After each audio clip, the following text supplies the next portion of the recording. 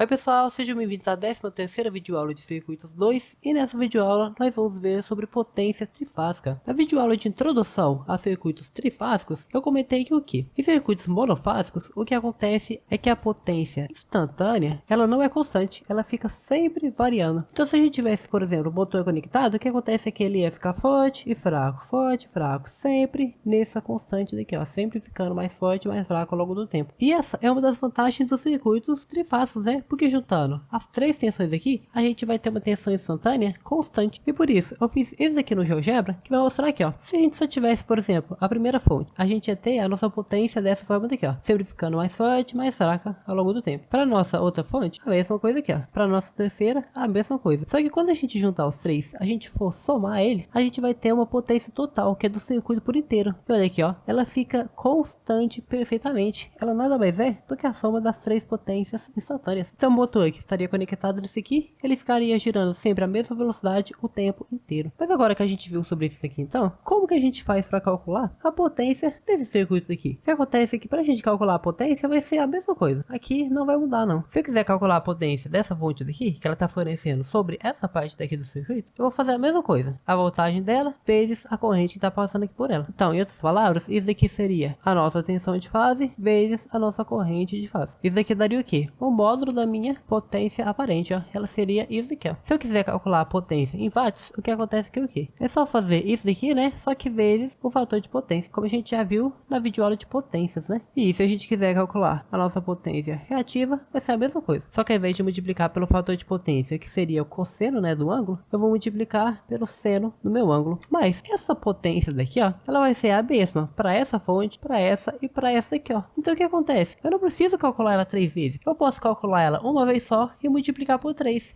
Eu vou ter a potência do circuito inteiro. Então, a potência do circuito inteiro, o que vai ser? A nossa corrente aparente vai ser as duas grandezas aqui, ó. Só que de fase, né? Multiplicado por 3. A potência ativa, a mesma coisa. 3 vezes tudo isso aqui. Só que vezes o cosseno do ângulo, né? Já que é a potência ativa. Tipo o cateto de baixo, né? E o que seria o cateto do lado? Vai ser a mesma coisa. 3 vezes essas grandezas daqui, vezes o seno do nosso ângulo aqui, ó. Então, dessa forma daqui, a gente vai conseguir calcular a potência do circuito inteiro de uma forma bem rápida. Só que e se eu não tiver a minha grandeza de fase? Eu só tiver a minha grandeza de linha. Vai ser quase a mesma coisa aqui. Só que esse 3, ele simplesmente vai virar um raiz de 3. Ficando dessa forma daqui, ó. Mas por que ela vai ser dessa forma daqui, ó? Porque pensa comigo. A gente pode ter duas conexões aqui, não é? Ou a conexão estrela ou as conexões em triângulo. Então, se a gente pegar isso aqui, ó, e supor que é uma conexão estrela, o que vai acontecer? Na nossa conexão estrela, que geralmente a gente representa por um Y, né? A nossa corrente de fase e nossa corrente de linha é igual. Então eu posso só substituir isso aqui, ó, por uma corrente de linha. Ficando dessa forma aqui, ó. Só que a nossa tensão de fase é raiz de 3 vezes menor do que a nossa tensão de linha. Então se eu trocar isso aqui por uma tensão de linha, eu tenho que o quê? Diminuir raiz de 3 vezes aqui. Porque dessa forma daqui ficou raiz de 3 vezes maior. Então basta dividir esse 3 aqui por raiz de 3. O que vai dar pra mim um raiz de 3. Porque 3 dividido por raiz de 3 dá raiz de 3, né? Então a mesma coisa acontece para esses daqui também. Tudo vai virar um raiz de 3. Só que e se não fosse uma conexão estrela aqui, ó? Fosse uma conexão triângulo. O que ia acontecer é que ia inverter a situação daqui, né?